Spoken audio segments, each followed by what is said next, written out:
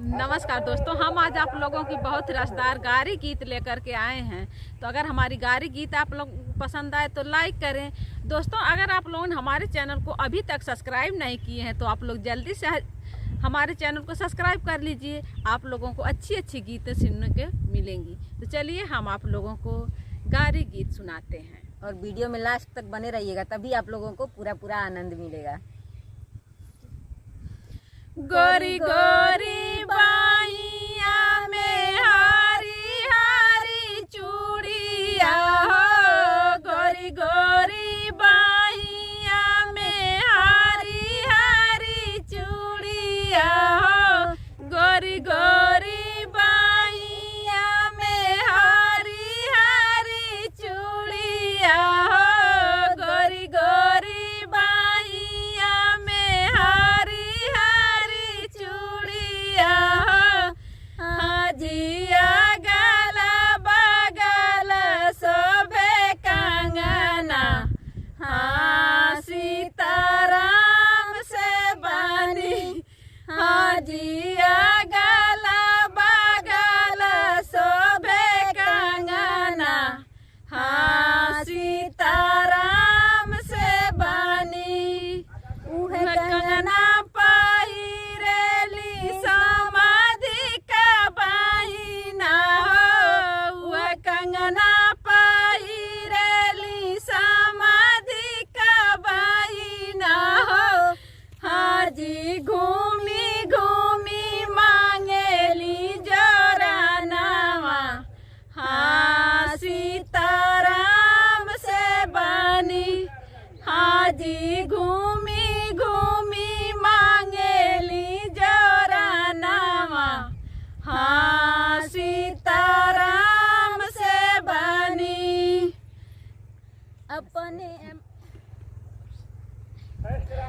अपने महलिया से बोलेला हमार भैया, अपने महलिया से बोलेला हमार भैया। हाजिया छिनरो देई हम जोरानावा, हाँ सीताराम से बनी।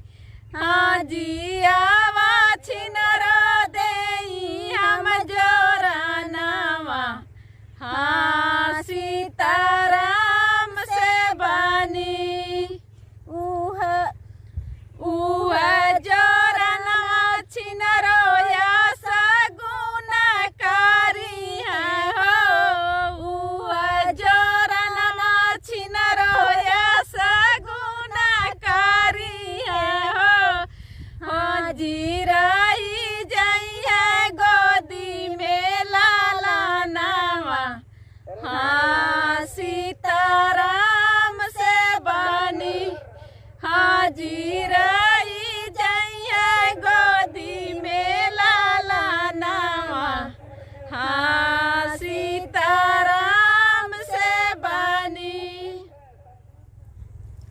गोरी गोरी बाइया में हारी हारी चूड़िया हो, गोरी गोरी बाइया में हारी हारी चूड़िया हो। हाजिया गल बगल शोभेला कंगनावा, हाँ सीताराम से बनी। गोरी गोरी बाइया में हारी हारी चूड़िया हो, गोरी गोरी बाइया में हारी हारी चूड़िया हो। हाजिया गल बगल शोभेला कंगनावा, हाँ सीताराम से बनी। हाजिया गल बगल शोभेला कंगनावा, हाँ सीताराम से बनी। उह कंगना पहिरेली दूल्हा का बहिना हो, उह कंगना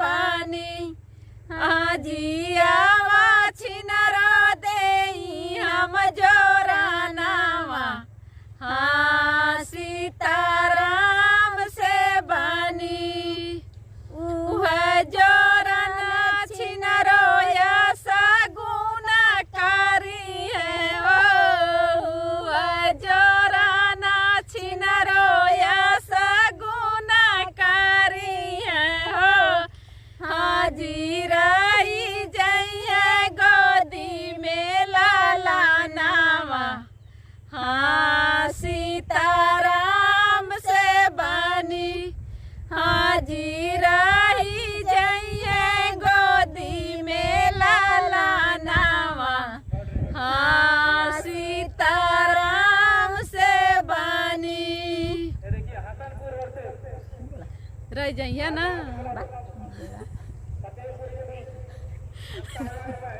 तो दोस्तों अगर हमारी गारी गीत आप लोग अच्छी लगी तो कमेंट बॉक्स में आप लोग ज़रूर लिखना। तो फिर मिलेंगे अगले गीत में, तब तक के लिए बाय बाय।